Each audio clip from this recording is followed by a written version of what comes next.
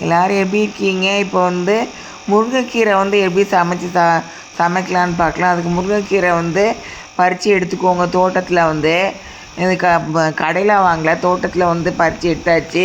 அந்த இலையெல்லாம் சின்ன சின்ன துகள் மாதிரி இருக்கிற அந்த இலையெல்லாம் கொஞ்சம் கொஞ்சமாக பிச்சு பிச்சு எடுத்துக்கோங்க.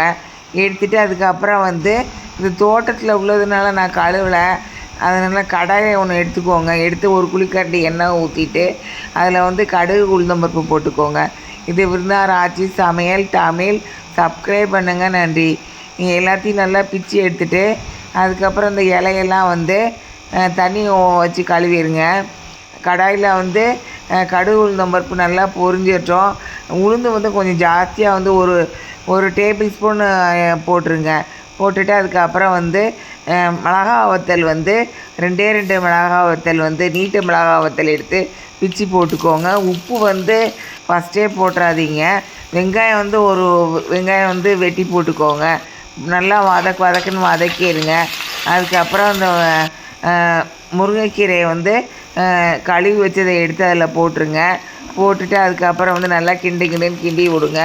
கேஸ் ஸ்டவ் ஃப்ளேம் வந்து ஆரம்பத்துலேருந்து முடிவு வரைக்கும் மீடியத்தில் வச்சுக்கோங்க. மீடியத்தில் வச்சு நல்லா கிளறி விட்ருங்க.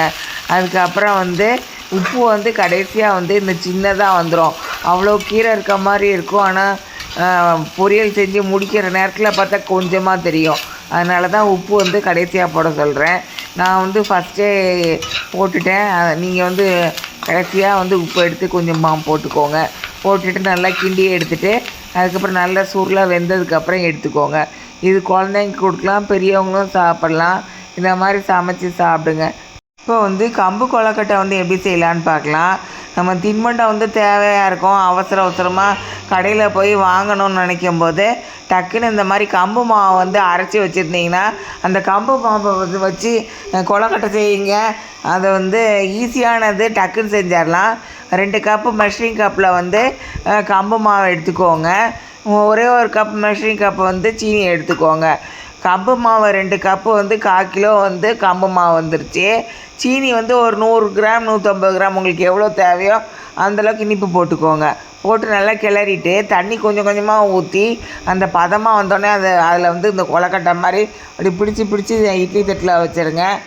அதுக்கப்புறம் இட்லி அவிக்கிற மாதிரி இட்லி சட்டியில் தண்ணி கொஞ்சம் ஊற்றிட்டு இட்லி தட்டெல்லாம் உள்ளே வச்சுட்டு கேஸ் ஸ்டவ் ஃப்ளேம் ஃபுல்லாக வச்சு ஒரு இட்லி அவிக்கிற மாதிரி ஒரு 10 நிமிஷம் அவிச்சு எடுத்துகிட்டு அதுக்கப்புறம் ஒரு ஷார்ப்பான ஒன்று இதை வச்சு குத்தி பாருங்கள்.